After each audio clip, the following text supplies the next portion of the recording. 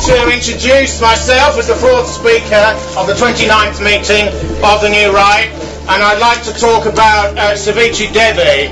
Savitri Devi was born in September of 1905 and died aged 77 in 1982. Now, Savitri Devi is extraordinarily radical and is amongst one of the most extreme and militant individuals that I've ever discussed. I've had talks about Julius Evola and I've had talks about Friedrich Nietzsche in the past. I've had talks about metapolitical and cultural figures who've overlapped with the radical right. Probably you couldn't really begin to imagine anyone more militant than her. So I think it's best to step back from the immediate biography and the welter of detail and look at the thing philosophically. She was half English, which is often rarely thought of, mentioned on the internet and elsewhere, and she died here en route to a provocative meeting, we'll say, in the United States.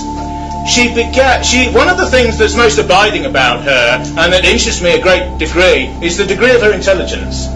This is one of the most extraordinary things. Extremism and militancy in contemporary liberal societies are often associated in the mass mind with stupidity or ignorance or bigotry and this sort of thing.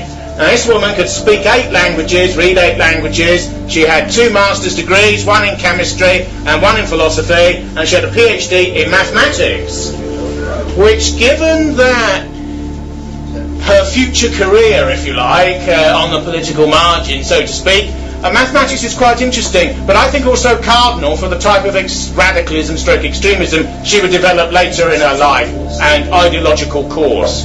Now, in many forms of mathematics, of course, you're looking for X. You're looking for what the sort of alternative middle rank thinker Colin Wilson called faculty X. You've got an equation and you have to find X and maybe balance a particular equation, a particular quantity on either side of the equal sign. And in a sense, mathematical truth is pushing prognosticated truths to the absolute limit of their efficacy. It's the truth within the truth, beyond the truth, and at the edge of a particular dispensation of thinking. Her idea, which may or may not have been drawn from her mathematical studies when she was a young student at the University of Lyon, was the idea that if you take various forms of equation and you make a graphic form, the idea is that the line which penetrates the circle furthest away from the arc of a circle is the point of truth, is where X is, in one way of looking at it. And the idea that the truth lies at the most extreme part of the axis, the idea that rather than the safe middle or the comfortable middle ground, truth is radical extremity, is something that she would essentially live through for most of her life. Her father was French but of largely Italian descent and Greek descent, and she was strongly influenced by Greek thinking and supported Greek nationalist positions up until around the Great War, when she first became reasonably politically conscious. She then moved on from that afterwards. It's noticeable that because of her sort of mixed European ancestry, a bit Greek, a bit French, a bit Italian, half English, she considered herself to essentially be European. And that judgment fall rather than linked to any particular nationality or nation state. And that judgment formed early on. Now, her first political and ideological positions were a return to Greece, an exemplification of the Aryan culture and Indo-European culture of the ancient Greeks, a belief that the Greeks had much to tell to modern civilization. Notice this was way before any movements or regimes formed by those movements had been formed in the 20th century. The return to Greece, the recognition of the importance of Greek thought and open-ended identity, the culture of beauty of the body, the culture of serenity, the culture of proportion and form, classicism, very, very important for her, and the belief that a pagan society should be a living identity, should actually be alive rather than tiny little groups, fringe little tendencies of opinion and identity in the Western world. She made some radical decisions after her education basically came to an end, and one of them was to go to India, where she became a Hindu and was widely associated with the Hindu nationalist movement in India and fascistic forms of the Hindu nationalist movement in the 1930s and 40s. Now, the figure of the white Hindu has certain resonances in Indian life which are quite paradoxical and often militant and extreme. What Western societies do in relation to second and third and fourth world countries about which they know nothing, whilst professing to love and adore them to the end of time, is to take leaders who can be adopted and successfully acclimatised to the norms of a particular Western establishment. Black America's chosen leader of conscience, who now has a day named after him as a public holiday in the United States, is Martin Luther King. But other leaders like Stokely Carmichael and Malcolm X and Elijah Muhammad and these sorts of people are largely forgotten and deliberately moved to the side so that all of the light can fall upon, quote-unquote, Dr. King. Similarly, in South Africa, Nelson Mandela has gone through a secular canonisation, whereas the Pan-Africanist Congress and militant communist cadres within the South African ANC, militant links with terrorist organisations and the paramilitary and military wing of the ANC, Spirit of the Nation, are all elided and removed. Hindu nationalist politics is largely seen for Westerners today through the retrospective prism of Gandhi, Gandhi's non-violence, Gandhi's pacifism, and Gandhi's desire to have the British leave India, as indeed occurred in 1948 when the Raj came to an end and when their flag was hauled down by Mountbatten. 47. But she looked for harder and more resonant individuals within Hindu nationalism. There's always been a Hindu fascism, of course, and namely the RSS. And the BJP, which certain Indians within Britain secretly and behind their hands call the BNP of India, is a populist and democratic split from the RSS. It's also important to point out that all of these organisations were involved in enormous and subgenocidal communitarian violence at the end of the 1940s when the Raj came to an end. Her early publications were in favour of Hindu unity and essentially a mainstream Hindu nationalist position. She later moved to essays discussing the roles of non-Hindus in India, which is always complicated in relation to a Hindu national consciousness. She knew virtually every leader of what would become post-war India. She also knew very well those Indian leaders who were pro-Axis and pro-German, of which there was a wide number. Bose, for example, and his paramilitary army, the Indian National Army, is almost not mentioned at all in British historiography of the Indian subcontinent at that time, partly because he led a militant subcontinental IRA against British rule and allied himself with Nazi Germany and with Imperial Japan against our interests. Very interestingly, in the last couple of years, documents have come to light where Bose was sentenced to death by the British Cabinet to be killed on sight by the Special Operations Executive, or the SOE, if ever caught in British gun sights, because he worried us, because he was aligned with core British state enemies at the alleged hour of decision for Britain in 1939-1940.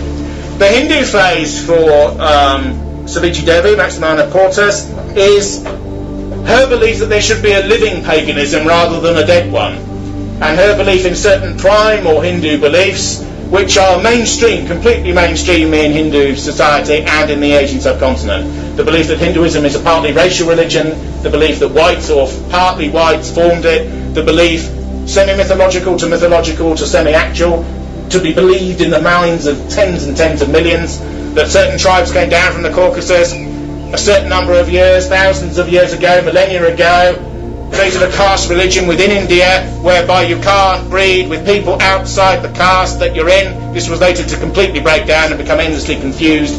But these elements and these tendencies, the use of the fire wheel, the worship of the sun, the belief in polytheism of the most militant sort, which has one flame possibly behind it, a sort of secret semi-monotheism within a religion that appears to be anything but that. Her position in Hinduism is slightly complicated, and in some ways she's a perennialist like Evola, who called himself a Catholic pagan. If you want a religion as the basis of your political attitudes, if you want something that is what you consider to be absolute, or a system of belief, not Tony Blair saying these are my views, what are yours, not the views of contemporary politicians. If you want something that's absolute, and as she conceives it, things that people will live and die for and fight for in real historical time, you have to have things that are above and beyond man. You have to have things of metaphysical veracity and objectivism. In where theology merges in with philosophy, there's this idea of metaphysical objectivism, truths that are believed to be outside man and are taken as absolutes. The contemporary mind finds a lot of this way of proceeding and looking at things extraordinarily difficult, not just because of the possible political and ideological and social consequences that can emerge from it, but also because of the mindset that it involves. When Evola talked about being a Catholic pagan, he basically meant that if you look into my face, you see ancient Rome. The name of his religion is Roman Catholicism, and to him he sees antiquity and the pagan world peering straight out of Christianity.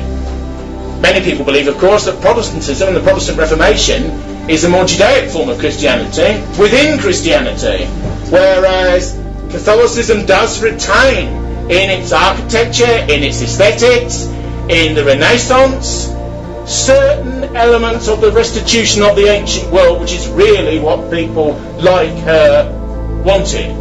The decision to become a Hindu is very, very radical and very absolutist, and at one level cuts you off from most white people, including quite white politically militant people elsewhere in the world. But one of the things that's rather interesting about her radicalism is the divorce between how the far right is perceived by much of the rest of the contemporary world and many of the people who've actually been leading individuals within it. There is the view that the radical right exists only against other groups, against groups that it blames modernity and liberal egalitarian levelling for, against ethnic, racial, sexual and other minorities and so on. Her view, of course, is pretty much the other way round, in that these radical tendencies of opinion exist for things, and by virtue of being for things very radically, you will inevitably disprivilege and move slightly to the side that which you don't really approve of. So there's a degree to which her desire for an absolute culture that was non-Christian and that was still a living culture that hundreds of millions adhered to shows the depth of her extremity and the depth of her radicalism. There's also a degree to which she was very uninterested in Mussolini's Italy, or Franco's Spain, or Salazar's Portugal, or movements elsewhere. There was a certain comment and there was a certain interest. But it's noticeable that when she later came to adopt the view that German National Socialism was the recrudescence of extreme paganism in the Western world, for man then and today and tomorrow, she came to that view unerringly, because her viewpoint always goes for the most extreme and the most militant option. In some ways, because her motivation is in many respects primarily religious, she's opposed to all forms of political temporising. What's called populism is the desire that you meet people halfway with the predilections that they already have. Radical right parties in Europe and elsewhere go to the population after 60 years of liberal beliefs, when virtually everyone has some sort of liberal belief system, no matter how marginal, even if it's only 2% of their beliefs. Populism goes to them as a political gesture and tries to hook the individual or group concerned and bring them into a more rightist, traditional, perennial, authoritarian, semi-democratic, patriotic nexus and so forth.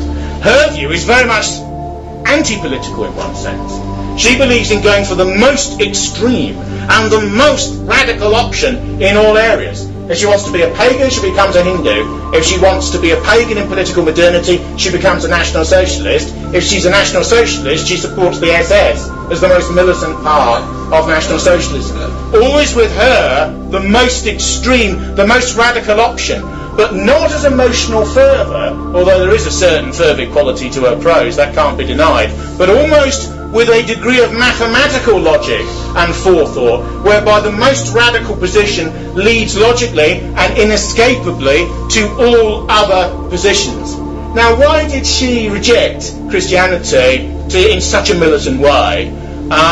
Essentially because it doesn't accord with her nature, and essentially because of her view of both ethics and natural process.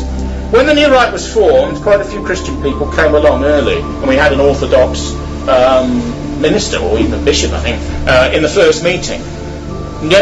Radical right groups that have a cultural struggle element, such as this one, nearly always have a split, where they're either designated as pagan and the Christians leave, or Christians and the pagans leave, or there's an uneasy sort of correlation between the two of them. Now, she believed in a total return to that which was before Christianity. She believes that essentially Christianity is not just a Jewish religion but a universalist faith, and she's quite hostile to Islam as well. Although later she would know certain individuals who settled in Nasser's Egypt and who converted to Islam and were ex-members of the Freikorps and ex-members of the NSDAP, both in the 30s and 40s and going back to the Freikorps in the early 1920s and late second decade of the last century. For those who are not aware, the Freikorps, of course, were those paramilitary organisations formed in German defeat to prevent Bolshevik revolution spreading across the German heartline, to engage in fighting in the Baltic, and also just to impose order in a totally chaotic, defeated, hungry and demoralised nation that had lost the first world war in human history, certainly within modernity. So Devi's radicalism and the religious urge which exists behind it is evident from the very beginning. Many believe that she is attempting to create a religion out of Nazism. And indeed, many spokesmen on the radical right, like Reverend Piolov, have said that after the war. I do believe that a Hitler cult has been created, Revelay once said, by a knowledgeable woman of Greek ancestry. And there is a degree to which you can see part of the logic of her progression in that way. She produced a whole series of books after she came back to Europe after the German defeat in 1945. Before she left, and in the mid to late 30s, she married an Indian Brahmin called Mukherjee. And the marriage is believed to be celibate because he was a yogic individual who believed, as ascetics do, and as Puritans believed in our national revolution in the 1600s, that if you deny excess or sensuality in one area, you redirect that power into another area. Also, Indian groups published most of her pro-Axis material after the war, when virtually nobody on earth would have published that sort of material. Apart from tiny little NS networks in the United States and maybe in South Africa, virtually no one else would have published this material. She moves from the Hindu nationalist position of the late 1930s to adopt, after a break, a strident pro-national socialist position. She goes to Germany immediately after the Second War in the mid to late 40s, when Germany is in total chaos. Germany has been occupied. The Eastern Zone, which she couldn't particularly visit because nobody from a Western origination could, was under Ulbricht's control. The statistics vary, as all of these exterminationist, come revisionist ones do. The German Parliament has declared that 2 million Germans died as a result of the devastation after 1945. Hundreds of thousands of German women were raped by Soviet troops in the Eastern Zone as a direct order which came from above. Mass armies rarely engage in rape unless it's ordered from above, or unless the restrictions upon it are ameliorated and withdrawn by an officer caste that gives approval to it. There will always be men who don't engage in those sorts of activities, of course, in any army. But if it is permitted from above, the doctrine that women are part of the booty of war will take hold, particularly in a group that desires radical vengeance.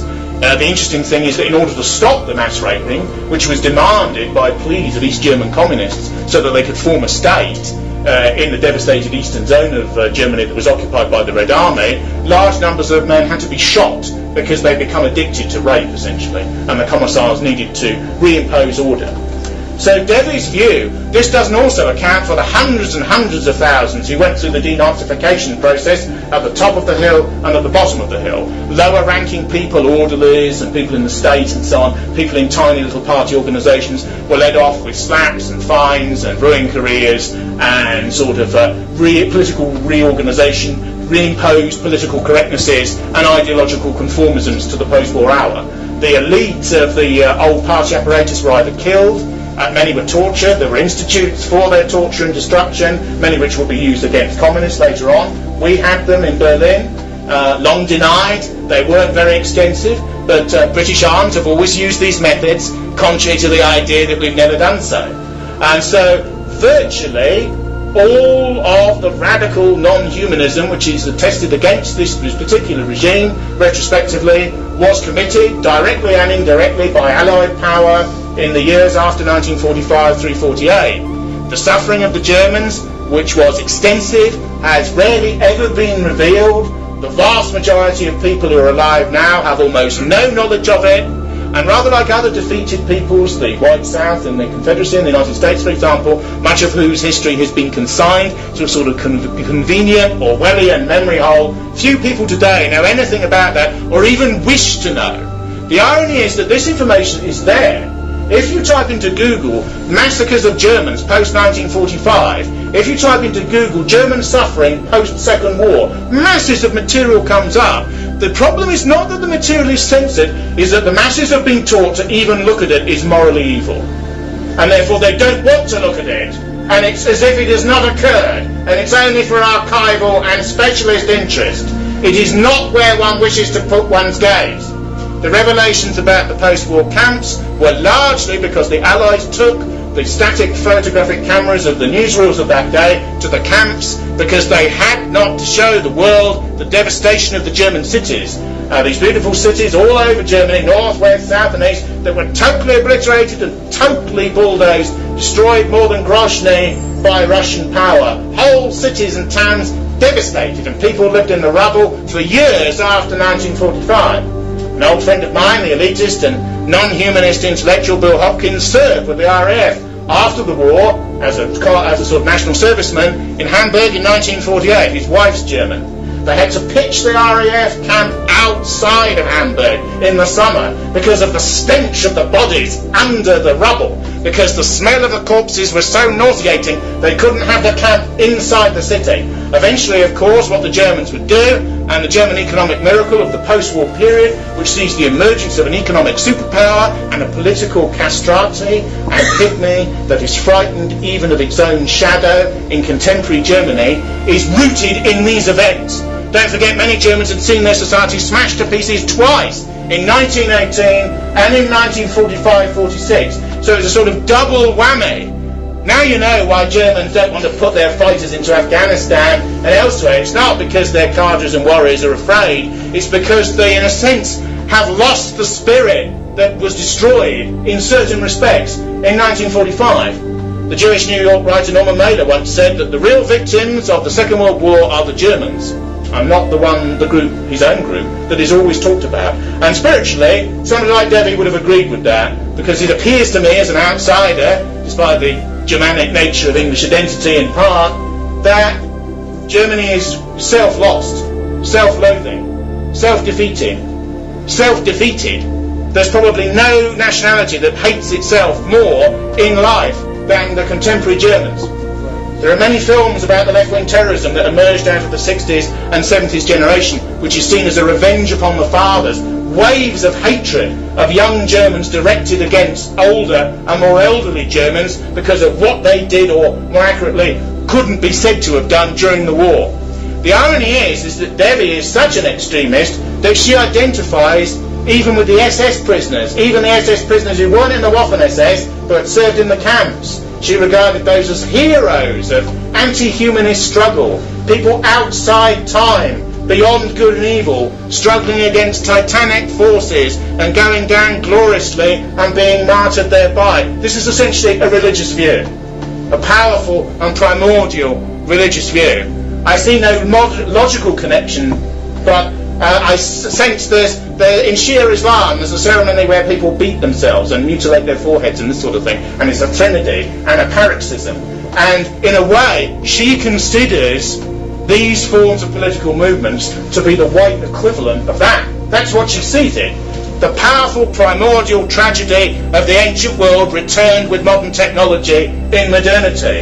And that's why, in a sense, her passion for the most hated regime in the 20th century, as commonly perceived, is primordial and against time. She went to Germany and distributed handbills, almost in a desire to get arrested. A couple of thousand, largely cyclist-styled leaflets of a pro-Axis and pro-restorationist and pro-Hitlerian type, and she was immediately arrested and tried and sentenced to 4 years, I think, but ultimately served the better part of 2 under the Allied controlled area. Don't forget, the French, the Germans and the Americans occupied one sector and the Soviets the other, and they're already splitting into 2 entities. as the West moved towards the institutionalization of a secondary political class in Germany, led by mild technocratic administrative conservatives like Adenauer, who erected the post-war setup, dominated by American power. Don't forget, there's large British bases and even larger American bases in Germany today. Germany is still partly an occupied country that can't entirely be trusted, even within the EU, even bound in so much. It still can't entirely be trusted, although the West long, in a way, wants a democratic Germany to be strong with them in Iraq, in Afghanistan and elsewhere. But Germany is paralysed and spiritually defeated by what occurred in the aftermath of 1945. Now, German suffering at the end of the war is not seen by Devi in the way that it normally is. You do sense by liberals who have a sympathy for the other side, such as James Bach in his books about German suffering at the end of the Second World War, he in many ways is playing a humanist game. It's just he has a new section of victims, German women, German children, people who suffered in the rubble. In a sense, he feels sorry for them in the way he'll feel sorry for legless Angolans, or he feels sorry for African AIDS victims, or he feels sorry for the victims of Cortez, or for the Haitian earthquake. Do you see what I mean? It's a new group about which one can have sympathise, and I can write and make a career out of sympathising for those who were regarded as untouchable before, and I'm a general humanist. She sees it very differently. She sees it as a suffering and a fire and a threnody which Germans should go through until they can renew themselves again in strength and in glory. And this leads her in her most famous, infamous and notorious book, The Lightning in the Sun, to essentially engage in the deification of Hitler. A truly extraordinary situation if you consider the mass narrative of the post-war world in the 20th century. She basically inverts the semiotics. She inverts the narrative of the 20th century. The greatest villain, the greatest evildoer, the greatest hate-monger, the greatest monster, and she turns him into an avatar of the god Vishnu and says he's divine and he's beyond human. Because in the Hindu aristocratic and warrior tradition, there are men of impersonal violence, titans who walk the earth, who are beyond good and evil and are unrestrained, but whose cruelty and ardour is impersonal, non-material, for idealistic purposes, and is never done for human gain, or for their own gain, or that of their families and tribes, except in the most indirect of ways. So you sense the extremity of her passion in this way. In some ways she's synthesising religious ideas together that were quite new in certain respects, and are rooted in her view of nature. What's the difference between paganism and Christianity? Is it the worship of polytheistic gods? Many pagans actually believe there's one source, and the gods and goddesses are metaphors. Pagans believe everything that exists is divine, in all of the systems. This means that destruction is divine, as well as creation. It also believes that femininity is divine, and therefore there's no problem with the masculine and feminine polarity in all things. There are priestesses in these religions, there are goddesses in these religions, because they're half of what it is to be mortal. All humans die, go back into eternity, go back into nature, come again. Everything comes again. If we're evolving, it's very slow, and on the whole, evolution is the advance of a tiny proportion ahead of the others, who can barely keep up. Now, ethically, most pagan systems are very different. Paganism tends to believe in retributive violence. It tends to believe that if you push me, I'll push you back. It tends to believe even in violence and aggression as the forethought before being attacked oneself. It tends to have an honour-based system, whereby morality is perceived hierarchically. So, the more noble you are, the more beautiful you are, the more intelligent you are, the more well-proportioned you are, the more knowledgeable you are, the more courage you have, the more favoured you are by the gods, the higher you are in a particular hierarchy. This, of course, has a converse. The uglier you are, the shorter you are, the less well-favoured you are, the less cowardly you are, the more defective you are, the lower you are in this particular hierarchy. This does not mean, in accordance with these very ancient precepts, that the lower elements cast off or done in or massacred or done down. What it means is that there's a hierarchy in all forms, both within an individual, between families of individuals, between groups of individuals. The hierarchy is everywhere, and no one's at the top in any one of the myriad hierarchies. Notice in all of this discussion, money and finance and how well you've done and how much money you've got is way, way down in the scale. And mercantile and purely successful forms are not despised because they're part of the whole. Every society has to have a merchant class, every society has to have a small bit of trade and banking and so on. But the worship of money and the belief that life is based upon making money is the inverse of her view. And for most of her life she lived as an ascetic. In other words, she lived almost without any property at all and just stayed in the houses of some of the most notorious people on earth at that time. Some of them living in Egypt, some of them living in Paraguay, so under General Stroessner, some of them living in Perón, Argentina, Rubel, and Johann van Leers, I think, who I believe converted to Islam, and Otto Skorzeny, and these sorts of people. They were all her friends, and she lived with them in Madrid, and she visited them in the United States later on, and she travelled all over the world on multiple passports, because she could use Devi, she could use Mukherjee, she could use her mother's maiden name, she could use her Greek nationality. Increasingly, she became banned from country after country.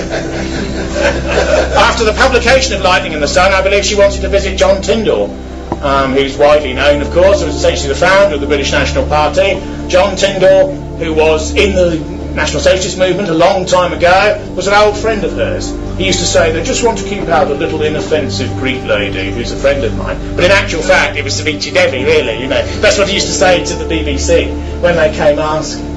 Now, in Germany, she was imprisoned, and she wrote a book called Golden Furnace about the treatment meted out to her and to the other prisoners, and to the demoralisation of the German people post-war. Don't forget, the mass of Germans adopted a self-forgetting strategy for the Second War. In the 50s, 60s and early 70s, some of them pricked by the growing left-wing revolutionism in Germany among student minorities, the older generation blanked it out and concentrated solely on the rebuilding of the society, and everything was rebuilt. If you go to Germany now, you've never known that American bombers devastated the whole sections of cities, although most of the bombing was done by the RAF. Deliberately so. Indeed, as the war progressed, our Air Force became more and more militant and more ferocious. Our crews were told, remember Coventry, remember Southampton. Extraordinary warriorship was shown. In Nietzsche's terms, you never condemn the warrior. The men like Harris and so on, covered with their hands of blood and so on, but show me figures in any nationality who are not like that. David Irving met Harris after the war, of course, and in some ways thought he was a fine warrior, a bullock, a man who wants to virtually destroy and rend for his people, not the image the English have of themselves. 50,000 of our air crew died in the air. Unlike the Serbs and the Iraqis, the Germans were able to fight back against this mass terror bombing and killed an enormous number of the pilots who went over, many of whom didn't survive 3 to 4 missions in the air. But on the ground, hundreds and hundreds of thousands were killed, and incendiaries were deliberately used to create firestorms due to the wind that was created in these cities. In Hamburg and in Dresden, most famously, which still causes a quiver of conscience in contemporary liberal England and Britain. Dresden is a naughty and a dangerous and a dark word, and there is almost a semi-apology on the British lips for Dresden, but not quite. Stalin ordered Dresden. He ordered Churchill to take these primitive means. There were mass refugees in these cities. He wanted them completely killed and burnt out by the creation of mass firestorms and devastation.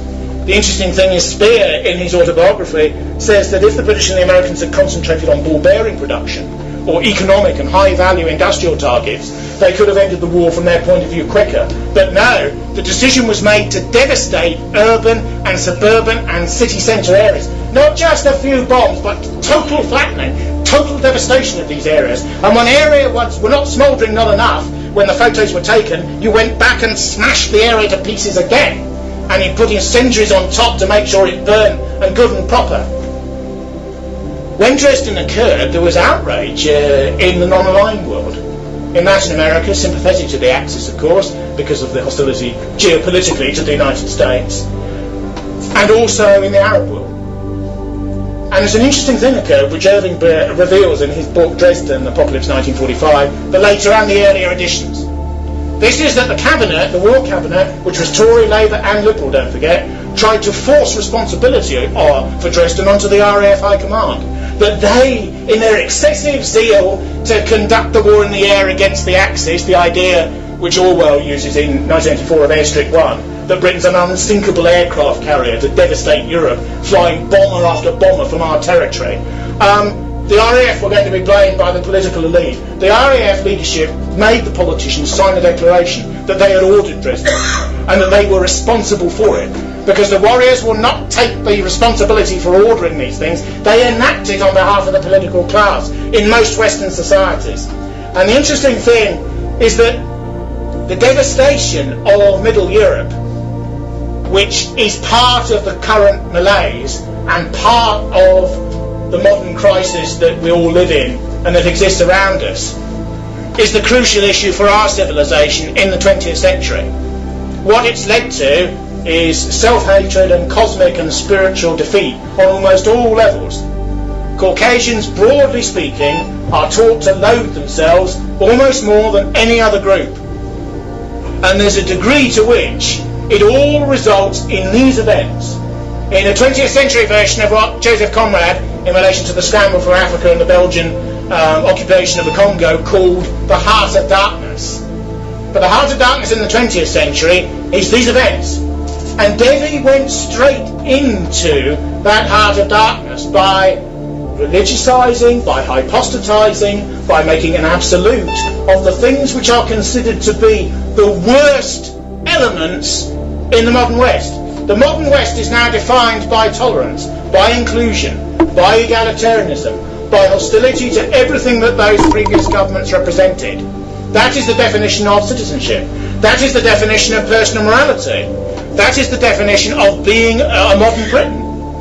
The political class and the media class of today would say that anyone who does not accord with that is actually a traitor, not to a particular ideology, but to humanity and to the mainstream and common mean of what it is to be human.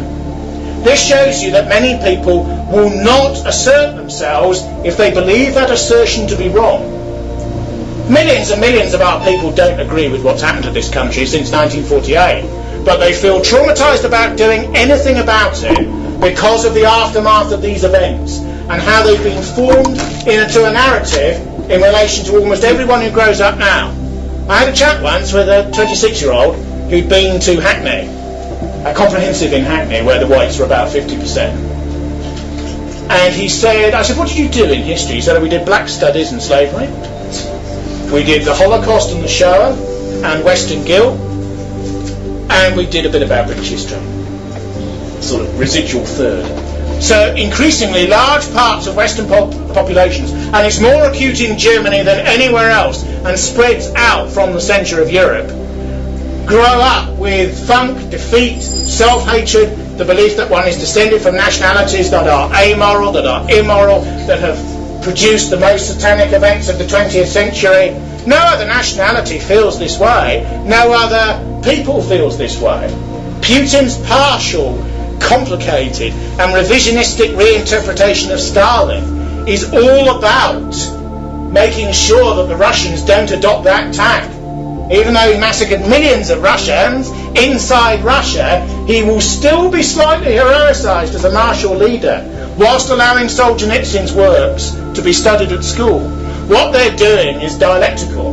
They're not allowing their past to focus upon them in the way that the Western media would perhaps like them to, and say, look at what you did, look at what you should be responsible for, you should hang your head in shame forever.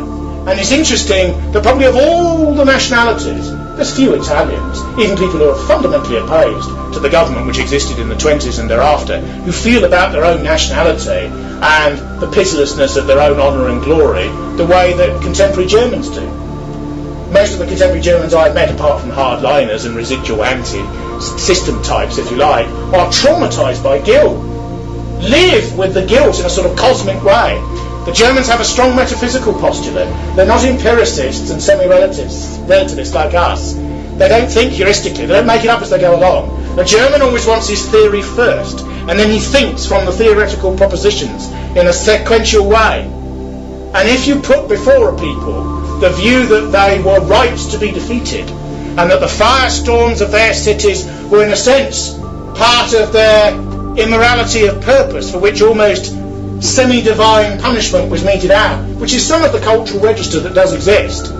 You will find a growing generation, 1, 2, 3 generations, of people who loathe their own civilization to such a degree that a few of them will take arms against it, which is what Baader-Meinhof and the other groups were. There were people taking up arms against their own civilization from within it, in accordance with doctrines that they had been fed in relation to the aftermath of the last war.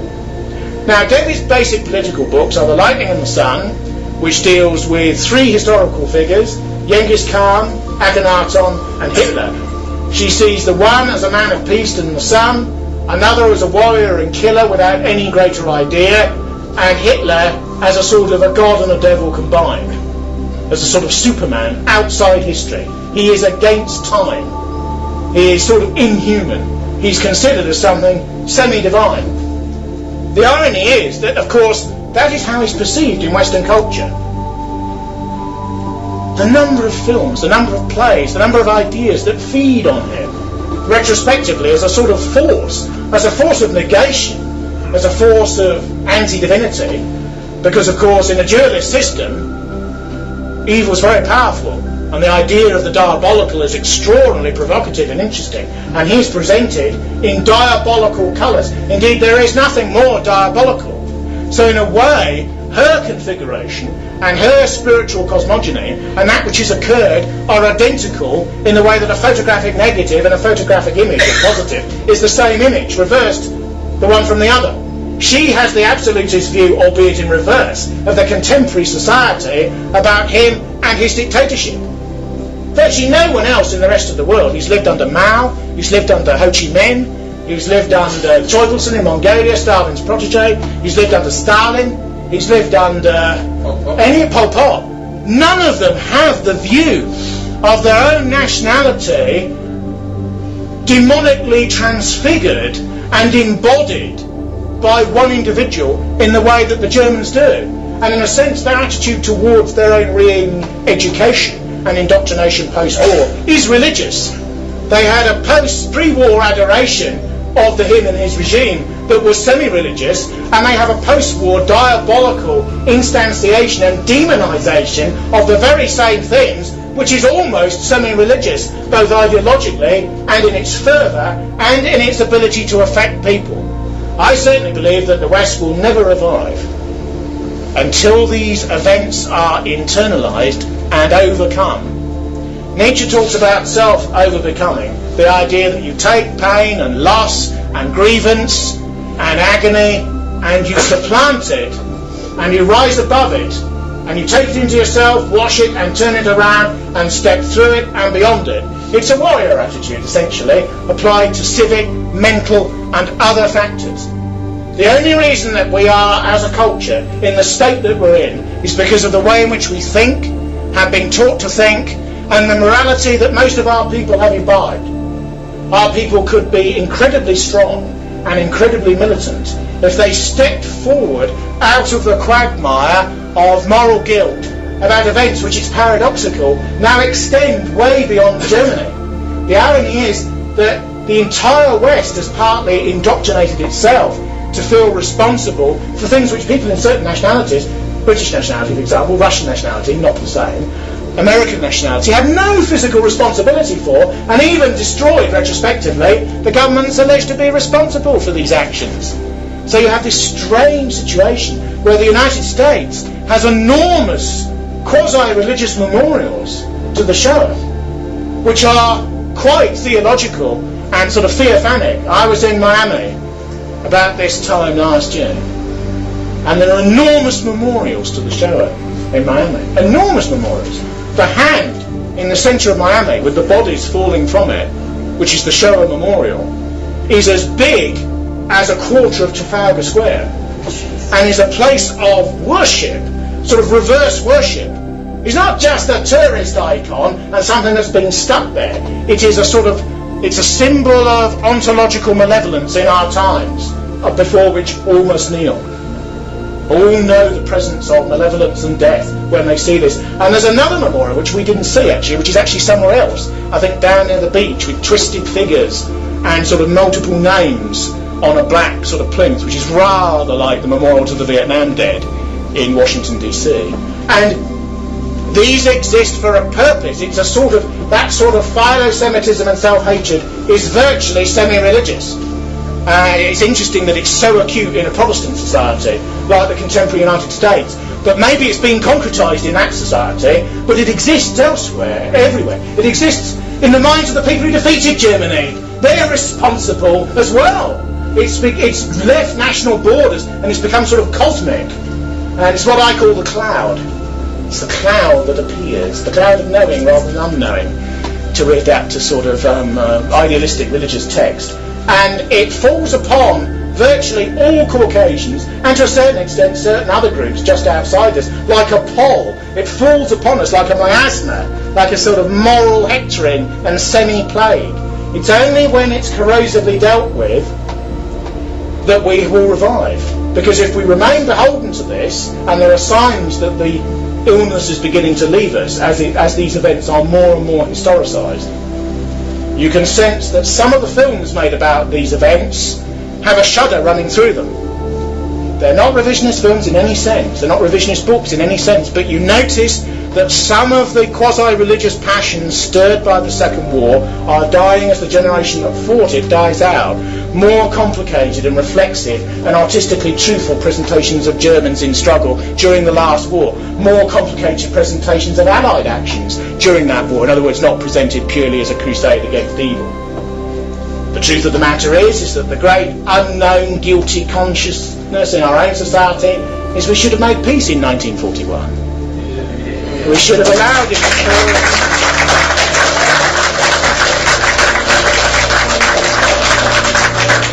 We should have turned towards ourselves and towards our empire. We should essentially have taken the deal that in a roundabout sort of way he was basically offering us, which is that he dominated Europe and we kept the empire. After the war, a few figures, A.J.P. Taylor, yes and no, David Irving, yes, Maurice Cowling, yes, Professor Charmley, yes. A few people, most of them historians, not all, have said these things. But no politician will say them. No politician will say them. And yet everything about this society has been semi-blitzed and destroyed as a result of the choices that were made then, and the morality that's been erected upon the nature of the choices that were both made and not made then. The importance of someone like Devi is her extremism, because she is unafraid. She was disappointed that she wasn't given the death penalty for distributing these handbills in Germany, because you see, she's a martyr. It's a sensibility that in a sense people are so far away from now they can't even begin to understand. Essentially, Robespierre and these leftists at the end of the 18th century had a streak of it. Robespierre was always talking about martyr me if you don't agree, and of course eventually they dragged him to the guillotine and he went down and the head went in the basket, and his brother, who had a broken jaw from a bullet and so on, he went down under the basket as well with Couthon and Just and the other terrorists. But this feeling that one is even prepared to die for a cause which, beyond warriorship that's partly paid mercenary work now, doesn't exist. It virtually doesn't exist anywhere. It's truly extraordinary. And in some ways it takes an outsider like her, a woman who goes to India and becomes a Hindu, who rejects Christianity, who's a fundamentalist pagan. Notice how many bridges she's crossed in relation to Western normality just to do all that. It's almost the energy that sort of arcane and slightly occultistic path of extremity will lead you to, that adopts a woman, that allows a woman like this to adopt these sorts of positions. I think the reason why a lot of these elderly SA and SS and Wehrmacht and bureaucratic people who'd served the government and other allies in other countries who felt totally demoralised and totally dispirited and were totally crushed, many of them post-war, many of them were the pariahs of post-war life. What they saw in her, and she was an outsider really, even in relation to them, what they saw in her was somebody who defended them morally. That's why they responded to this little Greek woman in the way that they did, because she defended them morally when they regarded as the worst people of all, do you see? And that's probably the extraordinary thing, that she affected this sort of ethical reversal, because what's gone on is more than propaganda. Enormous propaganda now about Iran. in the Western media. You see it everywhere. What are they doing with those plants under the mountains? Are they a threat to us? We need to take action. Neutrality is objective traitorousness. We need to take action. Blair said at the Chilcot inquiry that any country that worries us, any country that sort of causes us concern, we must crush it down with mass bombing and American power, and we're their auxiliary. This rather shakes liberals, because people like Blair is a believer. Blair's a believer in his liberal system, and that's why the taint of immorality, the taint of political Satanism, the taint of evil has been projected onto people who have radically European views. The analytical and psychological school that Gentile Europeans like more than Freudianism is Jung's theories, because they're more artistic, more reflexive, more appropriate to Gentile consciousness. As Freud once said, he's the most important man in the psychoanalytical movement because he's the only one who isn't a Jew. And Jung's theories involve the idea of the shadow. The shadow is the negation that you project onto the other. The other becomes the custodian of all immorality. Not me. The other. The one over there. The wretch over there. Not me. I'm not. If not a saint, then I'm, united. I know what's what. But them, him, them over there. The projection of the shadow and the inability to realise that we all cast a shadow, and therefore that we all have one of our own. One of the great traumas of the 19th and 20th century, of course, is the absence of an alliance between Britain and Germany, which, if it had occurred, would have changed the whole world, just as the victory of the Confederacy in the Civil War in the United States would have certainly changed the whole world and the 150 years that we've been through subsequently. If one looks at it, when Joseph Chamberlain was colonial secretary in the 1890s, he wanted a treaty, or he wanted a binding agreement with Germany, so that they would essentially, and over time, become the overwhelming power on the European continent, and they would have to come to concordance with France to one side and Russia to the other, because that's the reality of realpolitik. But we would have our empire to one side of it. And possibly, with the Americans in an isolationist mode, the sort of Charles Lindbergh version of the United States, rather than the Bill Clinton version of the United States, the US could have remained a power in the Americas, which is their natural role. Britain, America keeping to its business, essentially in the Caribbean and the generalised Americas, Germany dominating Europe. No First War, no Second War, and no version of the society that we have now. That was something that was postulated by British leaders like Chamberlain, again an outsider and an establishment radical who comes from the Liberals, and yet in some ways he's more energised and more right-wing than many of the Tories whom he was associated with. If these ideas had prevailed, the present travail would have not occurred. And Devi is important to me for two reasons. One is that she says that the people who are thought to be the most immoral on earth in contemporary jargon and argot may not be. And she provides philosophical and theological reasons for that. And even if you don't agree with that, as many of our people would not, there's a secondary position. And that is that the culture of self-hatred and funk and defeat must come to an end. If you look at many young white people now, they're interested in nature, they're interested in ecology, they're interested in animals, even animal rights, of which she was an early advocate, being a Hindu, of course. She didn't believe in using fur, she didn't believe in eating meat, or eggs, or fish. She was absolutist, as Hitler was. All vivisection was banned in Germany, and the most green and ecological laws were just passed. Business had to obey them, they were just passed, there was no discussion. And they worked around them, as businessmen always do. But primordial green views were passed. Enormous forests were planted around German cities and so on. The interesting thing is the emergence of the Green Movement in post-war Germany, which taps culturally to the left, because communism can't exist in West Germany because there's an invidious communist state in East Germany. So leftism takes a green form in West Germany, and yet green ideas are not left-wing. Deep green ideas, as they're called, are primordial and pagan, insert with a small p, and very, very right-wing. She wrote a book called The Impeachment of Man, which is, again, because she's always so extreme, one of the most extreme vegetarian, she wasn't a vegan technically, but quasi-vegan works that you could ever imagine.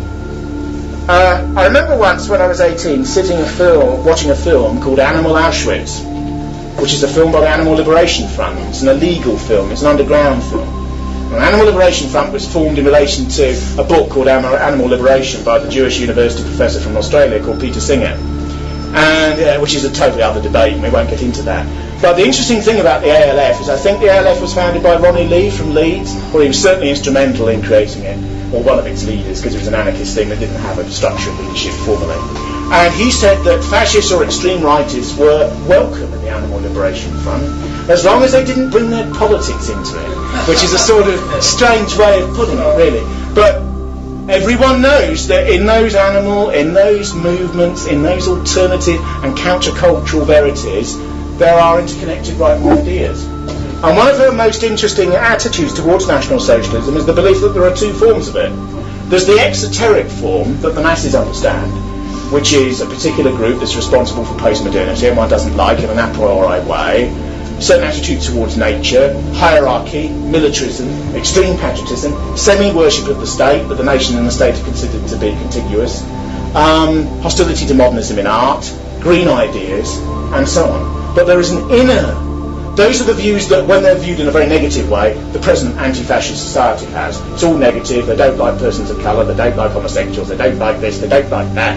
They read eugenesis and dysgenesis. Da-di-da-di-da. She also believes and posits the idea that there was an inner version, and that is the achievement of something that's beyond man as he presently is. And this is the idea of the Superman. Now, various academics such as Goodrich Clark have expatiated at great length about the occult roots of National Socialism and pagan and magical ideas, irrationalist ideas, objectivist philosophical ideas which are theological and regarded as irrational by contemporary modernity. Don't forget, these sorts of notions act upon the will. Bernard Shaw, the left-wing Nietzschean and playwright at the beginning of the 20th century and Fabian idealist, said that a man with a crucial idea is worth 50 other men. And essentially that is the fact. The reason the Islamic world is so strong now, and the reason that some whites, even underneath their hostility, have an attraction to it, is because people are prepared to believe and kill and die for their beliefs. And that gives a power. It gives a power. It gives a resonance. When Blair says that we're prepared to fight for tolerance, I'm not prepared to fight for tolerance. But I'm prepared to fight for the people that existed on this island before me. And I'm alive now, and I'm a continuation of that. So one is prepared to fight for certain things and not for others. And I think that will, identity, spirit and idealism in a woman who will be considered to be essentially insane by mainstream modernity, I mean, let's not beat about the bush, is very instructive, because in her sort of messianic post-sanity there lies a redemptive element. I've always been an extremist, ever since I was very young. That's quite unusual. You know, my father was a bank manager. I came from a very ordinary bourgeois background. When I was 18, he said, "Keep your head down, son. Never get in the papers. Never do anything that will cause any trouble. Never do anything that will cause people to dislike you. And spend your entire life making money." That was the advice I was given. And I'm not demonising him. He's a representative of thousands and thousands of other people saying exactly the same thing. And I have never believed that that's what life is about. I've never believed that that's what life is about. Life is about death. I'm essentially a religious person in an atheist age. The religions of my society have collapsed. That's why I'm a Nietzschean, you see, because you begin to rebuild from yourself, because there's nothing else left. There's nothing else left. And with somebody as extreme as her, even I don't concur with necessarily all of her views, the power and the purity and the obsessionality of her religious belief in the redemption of this civilization is very instructive and very revealing, and is a sort of moral dynamite in comparison to everything that's taught in every school and every college and every university now. I'll leave you on this thought. I remember that film, that French film about the men who carry the nitroglycerine across the desert, the Wages of Fear, and the slightest bump and the slightest crevice, and they're at some tiny pittance of a wage for doing this, you know, from some pitiless boss who never really appears. And they're there in the sun and the heat and the dust, and the slightest thing can cause the thing to blow up, and they're they've got the courage to go on because they must go on, because to stop is to be defeated by the thing, and it might go off then anyway. And you keep on going, and you keep on pushing. And I personally think that she's a redemptive sort of acid or alkaline solution to reversing, to everything you've been taught, and everything that your history teacher said to you at pre-A level, and everything you see on the BBC. Her sort of work is like watching the news on the BBC, attacking the TV with a hammer, then attacking the cathode ray oscilloscope inside the TV, a free sort of, for those ones that you hang on the wall, and then seeing that blow up, and then kicking the cathode ray oscilloscope round the garden, and then getting some boffin in to reconstitute it in a totally rewired and completely different way, as if the Germans just didn't conquer the Channel Islands, but had actually won the war. And you turn on the set again after having smashed it and gone through this extraordinary sort of convoluted process of reorganisation, and you sit there and you watch the news, and it's a bloke in a German uniform, and you think, what is going on? And that's the sort of kinetic and sort of silent film, sort of Eisenstein in reverse, that she sort of creates. It's like the coldest of cold baths after liberal wetness and warm-heartedness for so many years. You know, it is a redemptive tonic.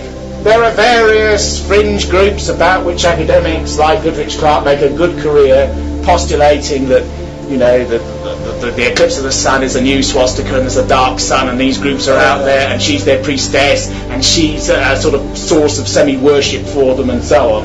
And if you go on YouTube, there's pictures of her and accounts of her speeches and writings and so on that call her a daughter of the black sun. But she is very, very interesting because she has taken the tiger by the tail and twisted it around. And if you want to morally shock the people who are alive now, don't introduce them to Tarantino's films. Don't introduce them to Sarah Young's pornography.